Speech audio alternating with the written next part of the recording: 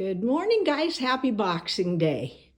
Well, here it is. Video of the quilt started by my great-grandmother, Florence Adelaide Seagrave McCombie.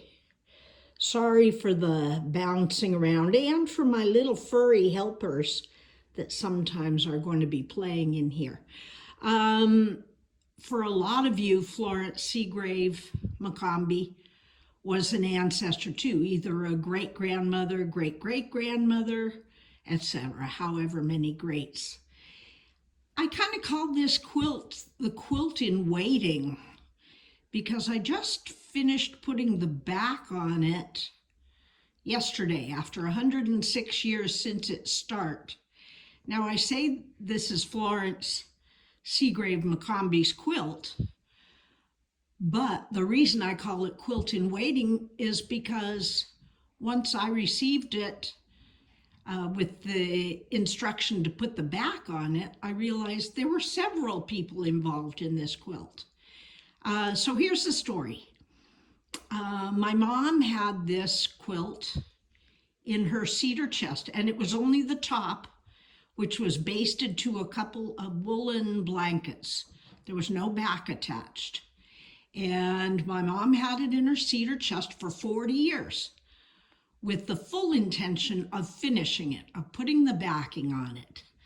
But as things happen and road leads on to road, she never got to it and always felt bad about it. So after about 40 years, I said, Mom, why don't you let me do it? So I'll put the back on it. So she agreed and gave it to me. Now this quilt you see here, this is the top. And aside from the trim on the edges, this is what I received. My husband Stan, who's here off to the side trying to entertain the cats and keep them from getting into the picture. Say hi, Stan. Hi.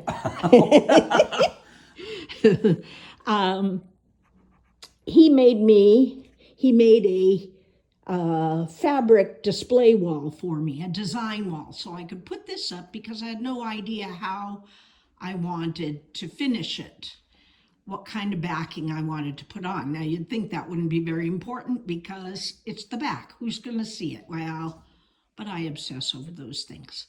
So I had this hanging up on our bedroom wall for many days. I don't know how long. Stan, do you remember how long it took me before all of a sudden one morning in the crepuscular hours before daybreak, I shot up in bed and said, that was made by two different people. Now, Cassie Sanchez, you may be the first to see why I discovered that, being a quilter yourself. But do you guys see what I saw? Do you see what I see? Okay, well, if you squint your eyes and look at the bottom, start at the bottom right, and then move around to the left, bottom left, and then up the side. You see there's a definitive line there. Oh, 1, 2, 3, 4 squares up. There's a definitive line.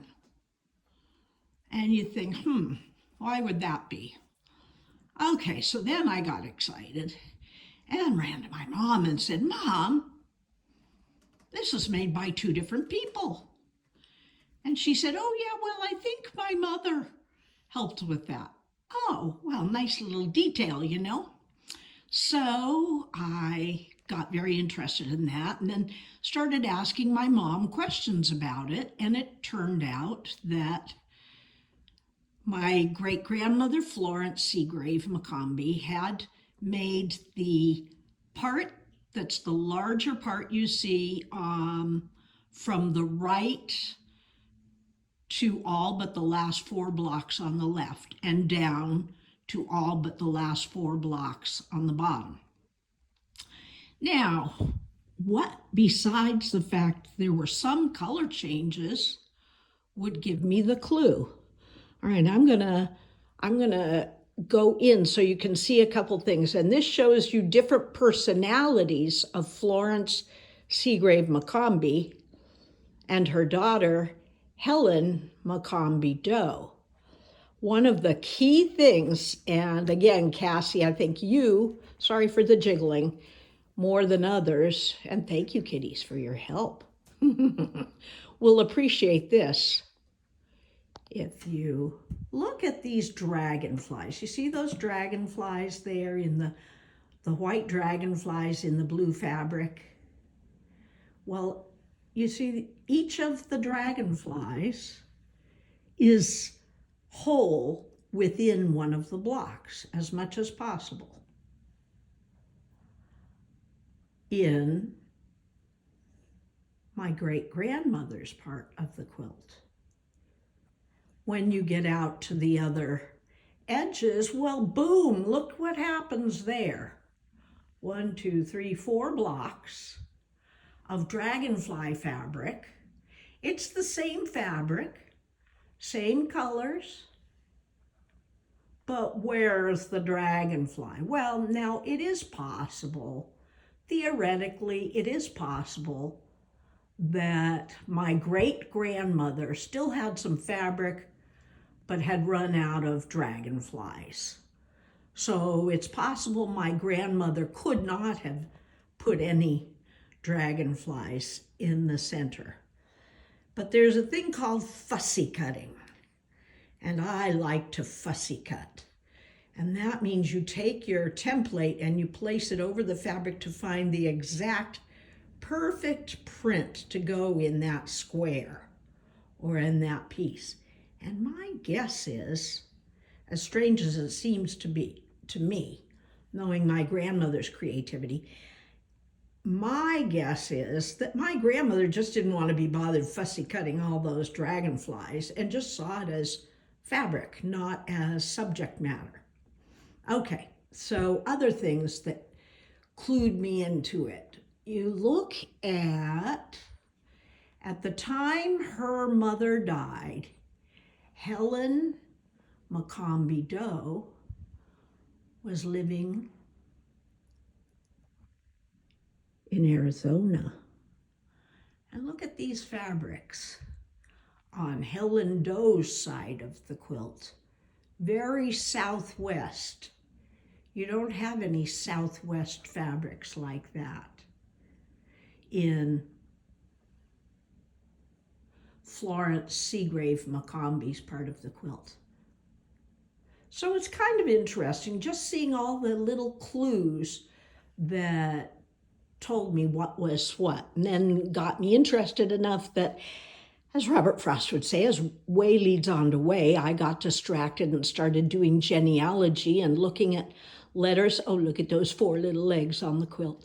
Anyway, looking at letters from my grandmother to her sister, Florence Alfreda McCombie Doe, and looking at the journal entries of my great-grandmother to see what they said about their daily lives and was the quilt mentioned. And indeed it was, but we'll get to that later.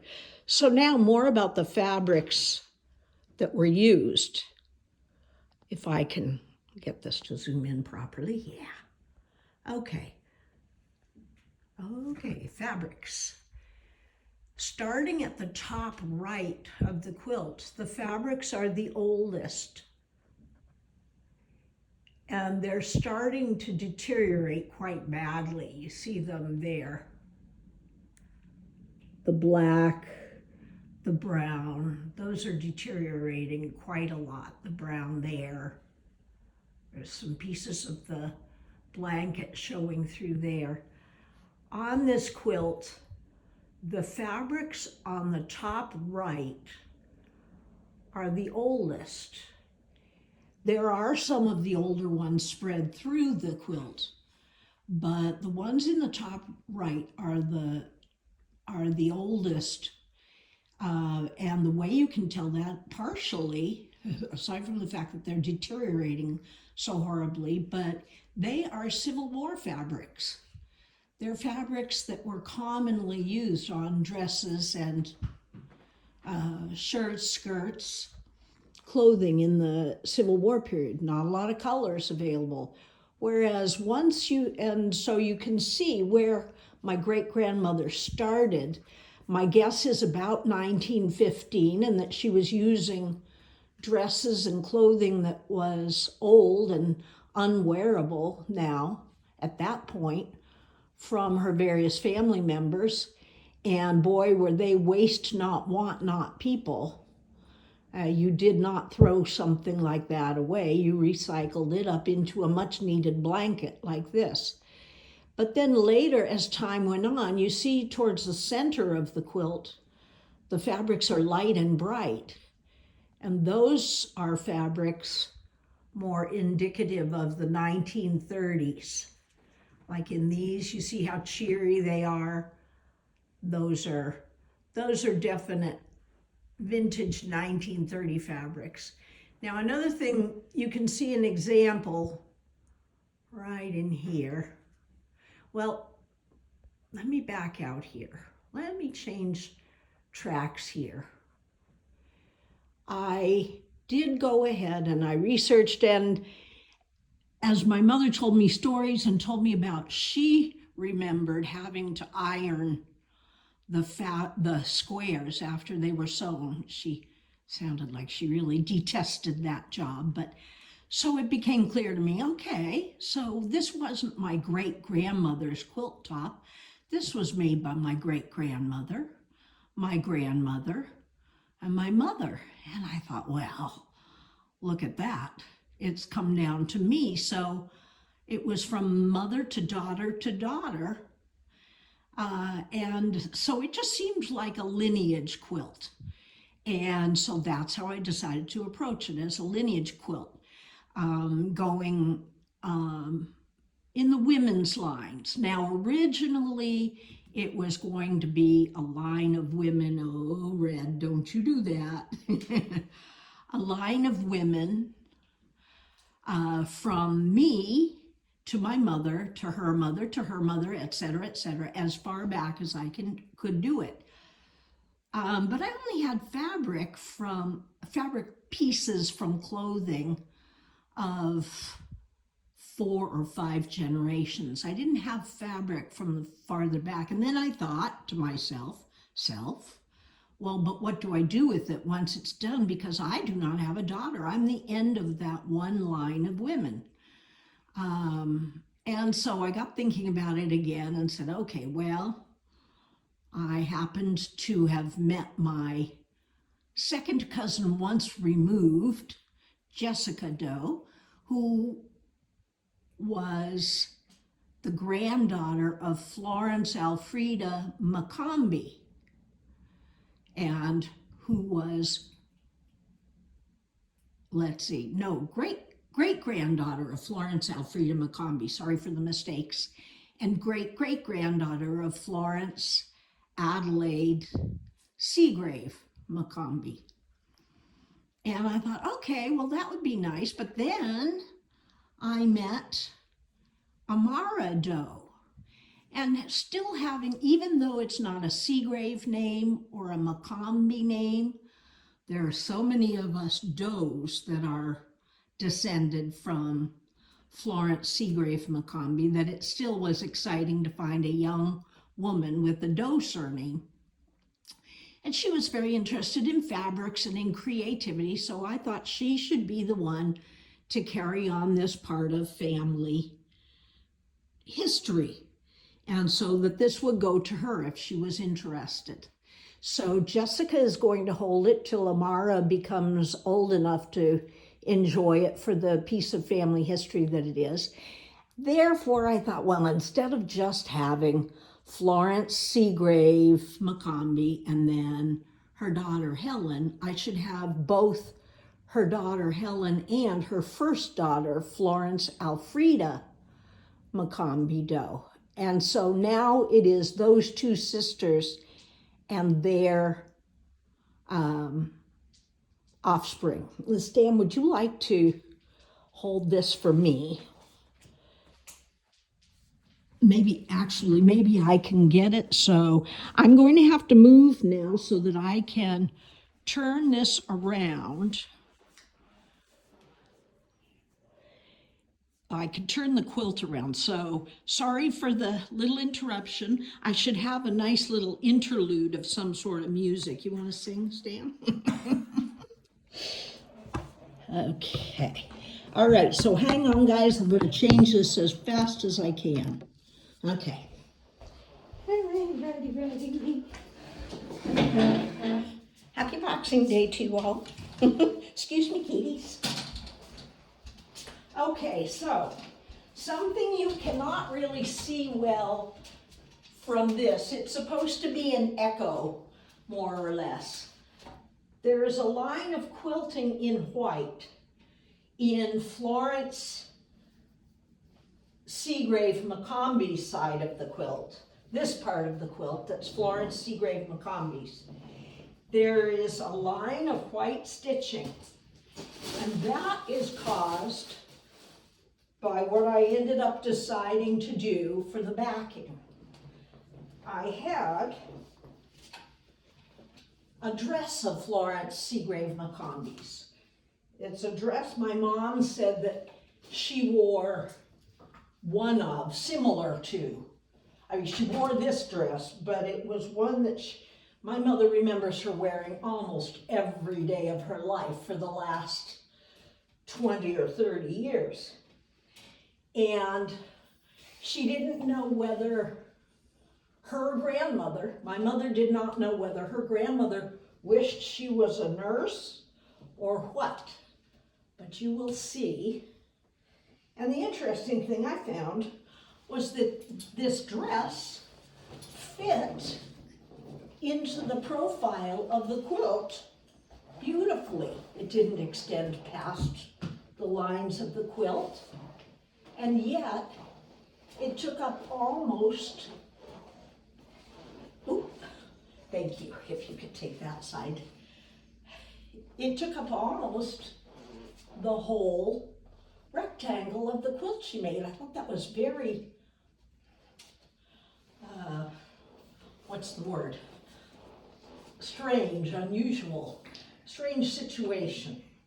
So I decided, that I had fabric from my great-grandmother in the form of her dress, so I would include that on the backing. And so when I included it on the backing, I stitched around the periphery of the dress, and that echoes through on the front into her original quilt. Now, if you'd like to pull that over, I'd appreciate it. As I said, way leads on to way, and originally I was thinking of making this a line of women's genealogy, and so I got distracted. Distracted? I think it's going to be okay. It's probably just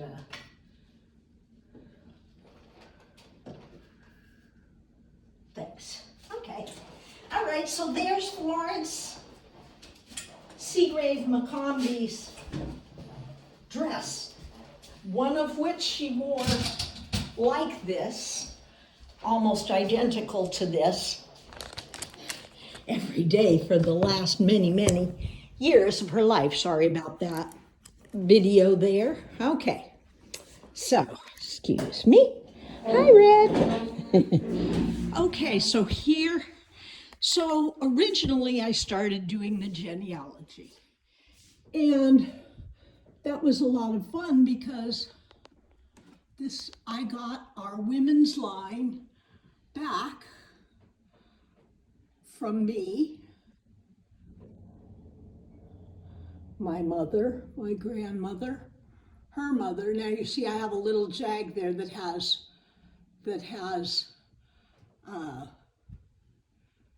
Florence McCombie there.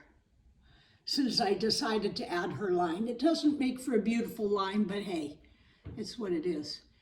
I was able to research with my mom's research and other primary sources to get back to 1640 Unfortunately, that mother in the line, I have no name and no origin. I only know her birth date's probably around 1640.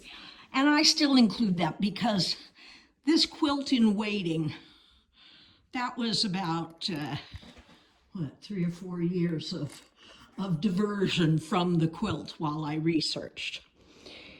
And I decided that this side of the quilt had to be family history and the women, since so many of the women were involved in it. It was a quilt in waiting. It was a quilt that was started by one. Undoubtedly, some of those older fabrics I showed you were fabrics from dresses, perhaps of her mother or her grandmother. So I have her relatives here. Florence's dress, it starts with the older relatives. This is Harriet Fuller Barrows. Harriet was Florence Seagrave's grandmother. She mentions her grandmother in here, and Florence Seagrave had a journal. And in her journal, she records her grandmother Harriet. She records her birth, her death. She records staying on Harriet Barrows' farm. And then there are pictures of her mother. That's Florence Seagrave down there wearing her white dress. But this is her mother, Carrie Barrows, who married Edward Seagrave. And you look at that picture, Carrie was a formidable looking woman. I gotta say, I'd be a little afraid to cross her. And yet, Florence McCombie has in her journal about receiving telephone greetings from her sweet mother. So she had affection for her, and she must not have been kind of as stern as she looked. Okay, now these are pictures of Florence Seagrave herself. This is her journal entry, looking back on it about her birth. Obviously looking back, she didn't record it on her birthday. This is a picture of her taken shortly after the death of her son William, who died in the Great Flu Pandemic, 1919. And then more pictures of her along the way.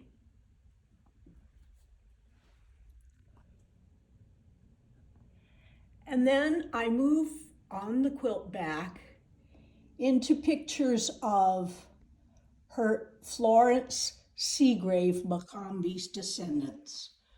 So there are pictures of Helen McCombie Doe. This one is of Florence playing the banjo, Florence Seagrave playing the banjo. Helen played the banjo too, but that one was Florence. Now, to incorporate Florence Alfreda Doe, I incorporated a few things here. One is a copy of a reading that Florence Seagrave McCombie did at one point, and then Florence Alfreda McCombie did later. And so there's Florence. She was the older daughter. So she comes first in that. And then entries with my grandmother, Helen, who was the second daughter.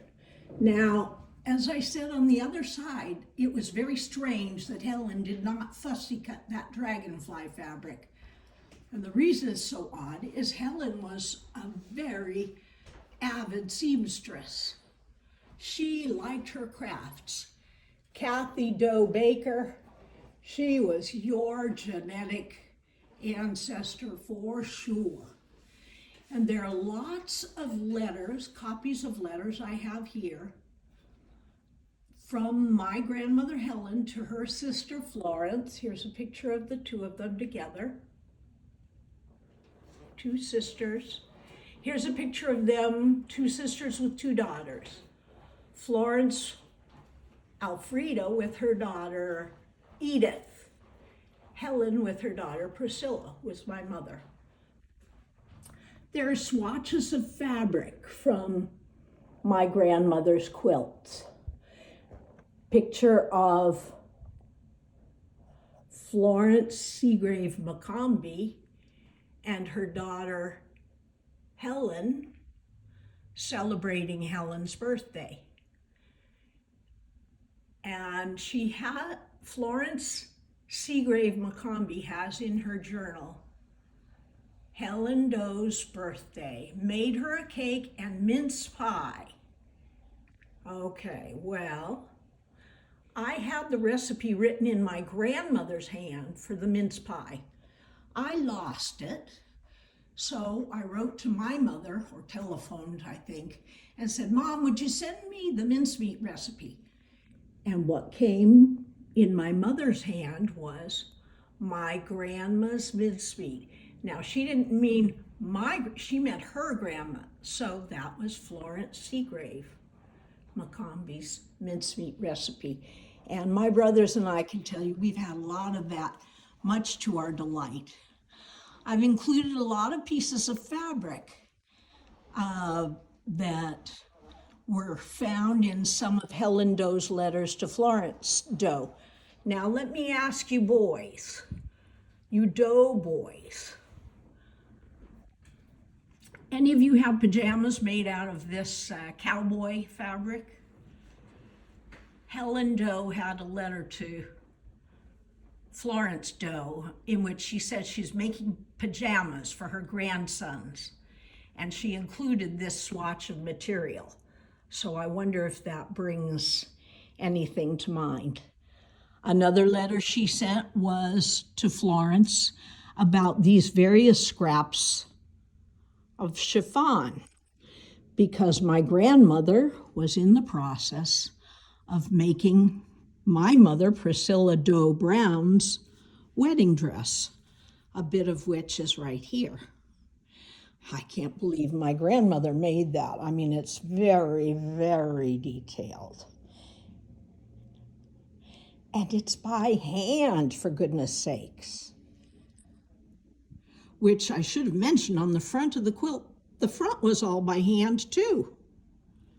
Anyway, this piece was not part of the original wedding dress. I put that piece in there because my mother had a fondness for chambered nautilus. And so I just put that piece of fabric in there. But my grandmother Helen wrote to her sister Florence to ask her opinion about these chiffons for the bridesmaids' dresses, because Florence's daughter Edith, from this picture, but many years later, was going to be a bridesmaid. And so they were consulting on that. So, as I say, this starts in the very oldest area. This handkerchief belonged to Florence Seagrave's mother, Caroline. It starts in the very oldest areas and goes along showing family history, bits of journal entries, bits of letters.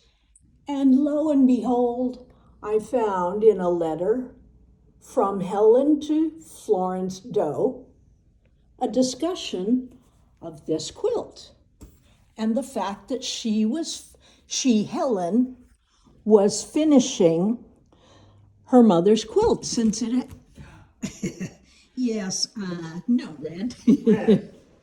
since it had been too small to really use as a blanket. So I love the fact that there is written folklore to support and to add depth to the quilt in front. So we continue on down, and there's Helen Doe in nursing school and as a gray lady which is a kind of nurse during the war. And this was Helen Doe's Gray Lady cap. Helen Doe had a real fondness for handkerchiefs of all kinds. I mean, I inherited so many handkerchiefs, and this is just one of them. And then we move on down from Helen Doe's generation, from Florence Seagrave to Helen McCombie to Priscilla Doe. So we're down at my mother's generation.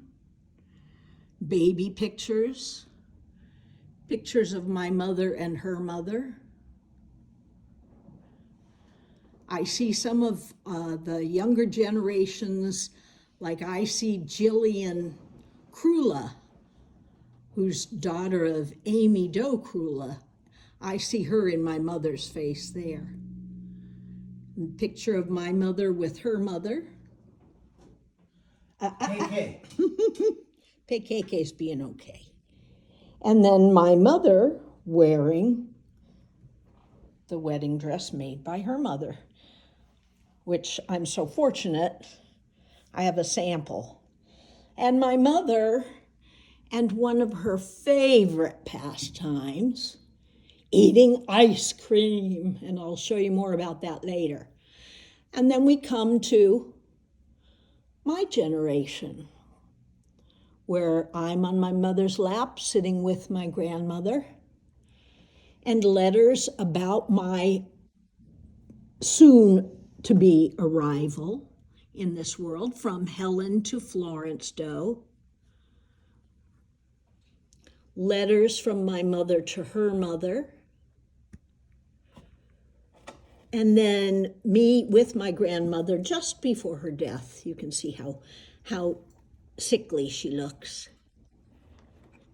And then it goes on to my generation toward marriage, and then toward the ends of our lives, sadly enough. Now over here, we do have still some more of my mother and me, but now this is more the whole clan. On this side is Helen's descendants, and here's where ice cream comes in again. You see that little girl down there just beside herself with glee. That's my mother in the arms of her mother in Ocean Park, Maine. Her mother had just told her her mother had just told my mother if she would just behave a little bit more, they would go get some ice cream. And that was my mother's reaction. Oh, goody. And that face still whenever ice cream was involved. Now, Ocean Park was not a key venue for the Seagraves, nor was it a key venue for the McCombie's. But with the two McCombie sisters marrying the Doe brothers, and with Ocean Park being so important to the Doe family, it became really important for the McCombie's and Seagraves as well, in the sense that if you look at this reunion picture from, what was it, Stan, 1988, I think. These are Doe family members and their spouses. But of these, if you took out the spouses, of all the Doe family members, I think you would find 2/3 of them were descendants of Florence, Adelaide, Seagrave, McCombie.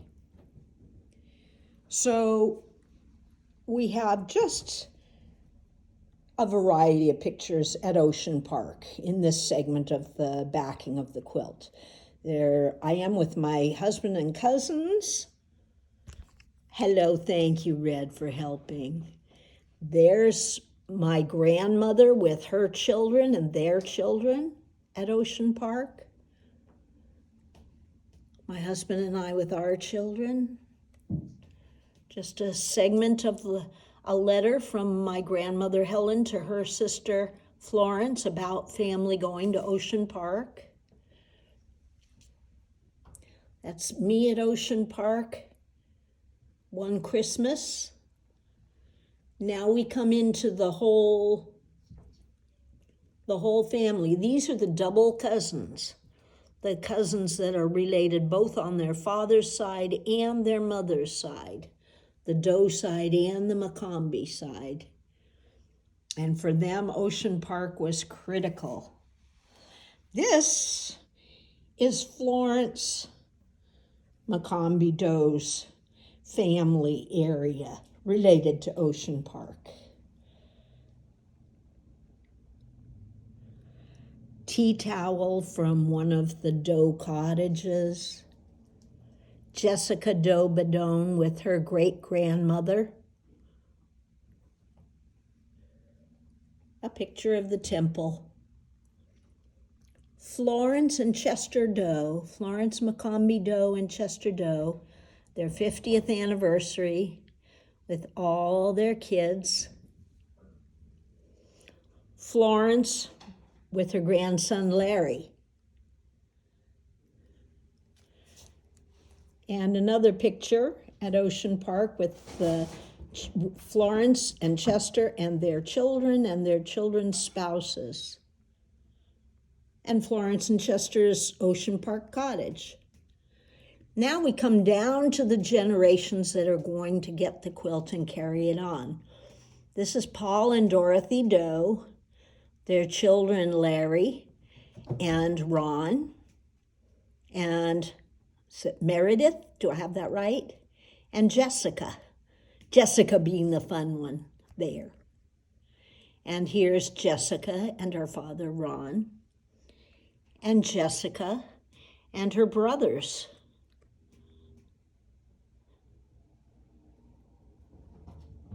Okay, and their cousins there. In this picture, we have Amara Doe on the left, Jessica in the middle, and Ron on the right. Amara will be the one that eventually, within the next 10 years, will get this quilt.